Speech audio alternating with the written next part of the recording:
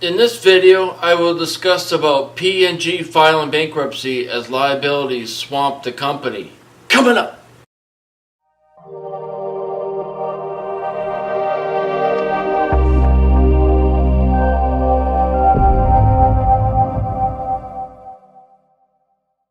Hi guys, Tim with Quantum Financial, bringing you the best investments, helping you make your money grow and outlive your lifestyle with a focused approach.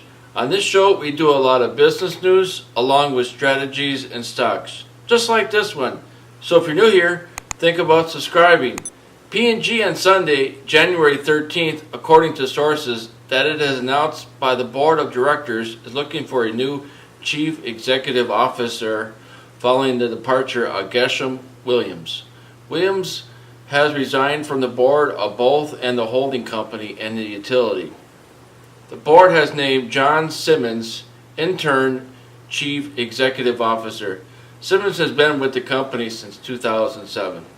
PG&E is making progress as a company is safety and other areas. PG&E recognizes the tremendous challenges it will continue to face.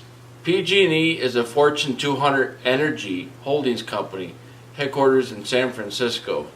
It is a parent company of Pacific Gas, an electric company, an energy company that serves 16 million Californians. PG&E on Monday, despite its intention to file bankruptcy, as it faces billions of dollars of liabilities tied to the state of California deadliest wildfires in history. The company does not expect any impact to the electric and natural gas services for its customers as a result of Chapter 11 filing. PG&E is committed to assisting communities affected by the wildfires in Northern California and help restore building, help families get back on their feet. The big utility giant will also help their employees, and it will continue to receive their paychecks and health benefits. PG&E is committed in working with regulators, policymakers, and other stakeholders. Furthermore, PG&E disclosed new information that it could potentially lead to the cause of the last month's deadliest fires in California that killed more than 80 million people and destroyed 18,800 buildings. An irregulating filing with the state regulators revealed that a large power line was destroyed and stopped working shortly before the fire began.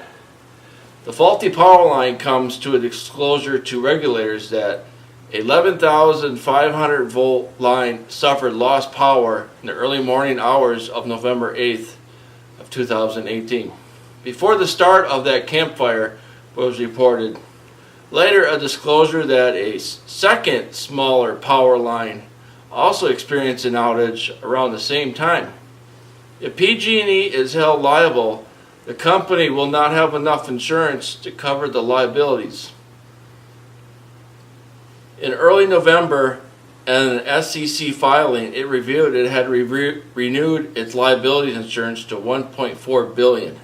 That number is a far cry from this fire damage that estimated by Citigroup, which put the damages of more than $15 billion so far. The stock has taken a beating since the fires, 45% down. Plans of a potential legislation is being drafted by the state lawmakers that could help the company absorb some of the costs. PG&E is also facing liabilities from wildfires in 2017 that destroyed more than 240,000 acres. State of California investigators have linked PG&E equipment to about 17 fires. What kind of ideas would you like me to make next? Please leave a smash like button of what you thought of this video today. So if you're new here, think about subscribing. Until next video, have a wonderful day.